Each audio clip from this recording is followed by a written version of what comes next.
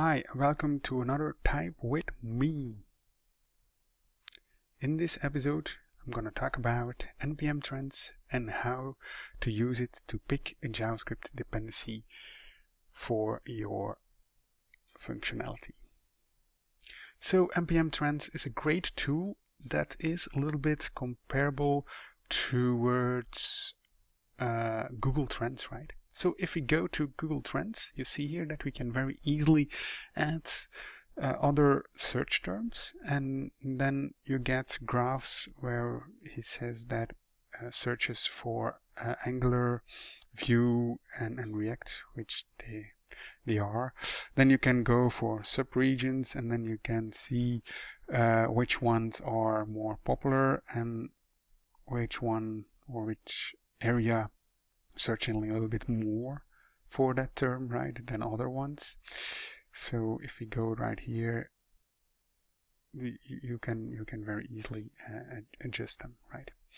So I think that's great, but let's go for NPM trends right now. So if we go and we want to search for Angular versus React versus Vue, you'll see here that Angular is Angular.js, right? It's the older version of Angular. If we go here, you see here angularjs.org.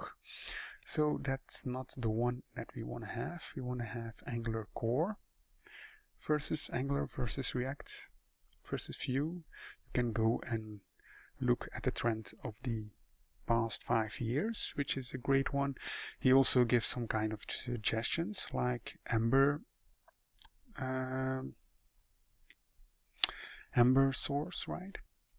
And then here you can very easily see that you have links towards NPM, towards GitHub, towards the website. You have stars, you have version, you have when it's been updated, when it's been created, what the minimum size is. So again, great tool for that.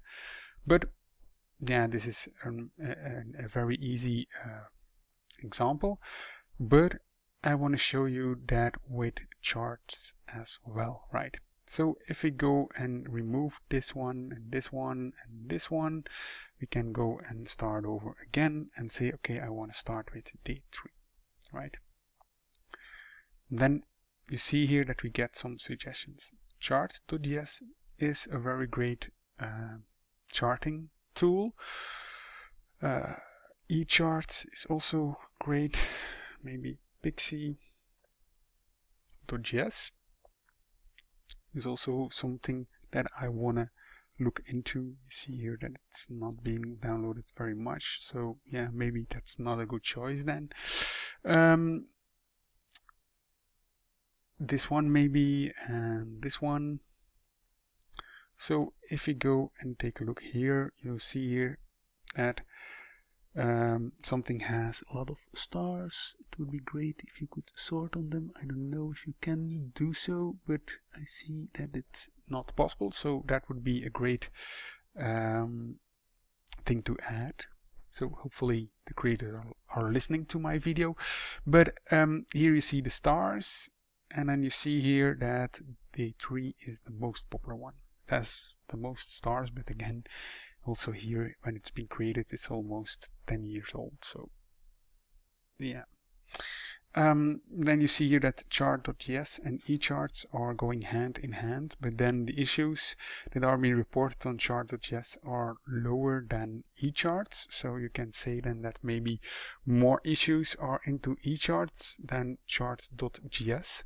So then maybe we need to go for chart.js. So again, another kind of logical idea would be to go to the updated state, right? Because then you see that chart.js is updated a month ago and eChart is updated 4 days ago. So recent updates, yeah, maybe eChart is updating recently or on a very frequent base. Again, it's some kind of a guess, right? Because for that you need to go to GitHub itself, or you need to go to NPM,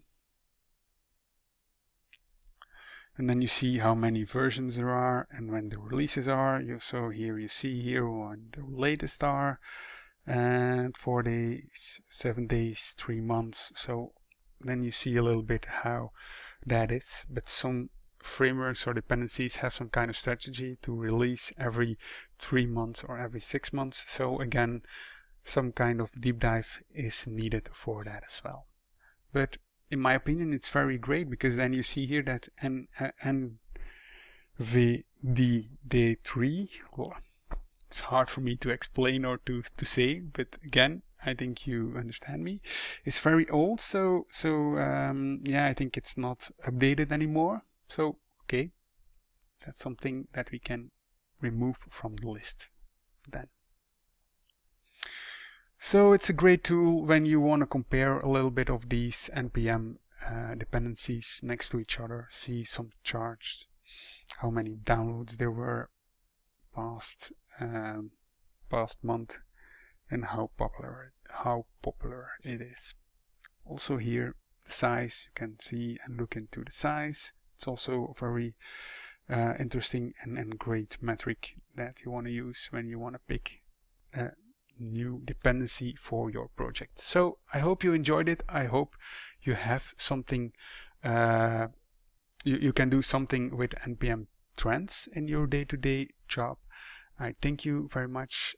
Please give it a thumbs up if you like this video, and subscribe to my channel to see more great tools around NPM, Node.js, TypeScript, JavaScript, and all this crazy stuff. Thank you very much. See you next time. Bye.